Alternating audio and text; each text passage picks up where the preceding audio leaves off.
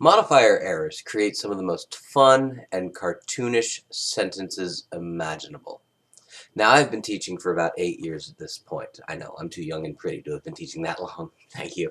But no, seriously, I've been teaching for 8 years at this point, and I still remember 2 sentences from the first assignment I ever gave my students. Now, it was a descriptive essay of their childhood homes. Mostly I wanted to see what kinds of grammatical and sentence structure mistakes that they were making, so I gave them a rather simple assignment. I still remember 2 sentences from that assignment from 8 years ago. All right, now the first one was pretty good. It was, as a child, my living room had 4 white couches. As a child, my living room. I didn't realize that living rooms could be children. I wonder if there's some, like, growth cycle to rooms. Maybe they start off as closets and then become hallways and then living rooms, right?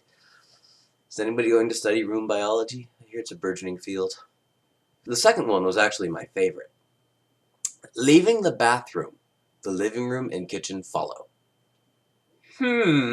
Makes you wonder what the living room and kitchen were doing in the bathroom to begin with. You think maybe they were trying to make closets? That last is what is called a dangling participle. Even the name is funny. Okay, this is the thing about modifier errors. They're just amazing. In fact, here's one I got a couple years ago. And we're going to dissect this one. As a young boy, my mother taught me the importance of grammar. Now, changing sexual attitudes notwithstanding, I think it's a very, very, very low probability that this student's mother was ever a young boy. Okay, so let's talk about where that error comes from.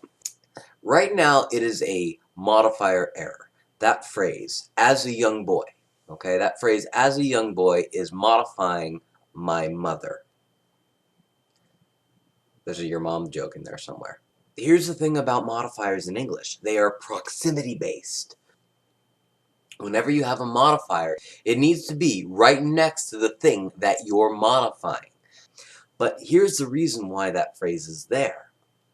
The student was using as a young boy as a shortcut for when I was a young boy.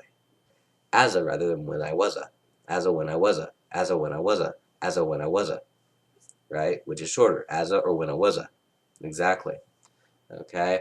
He really meant when I was a young boy, my mother taught me the importance of grammar.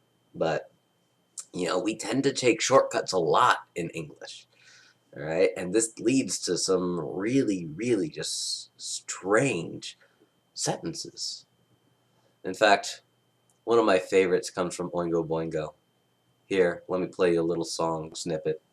I was struck by lightning, walking down the street. I'd be struck too if I saw lightning walking down the street. Have a good one.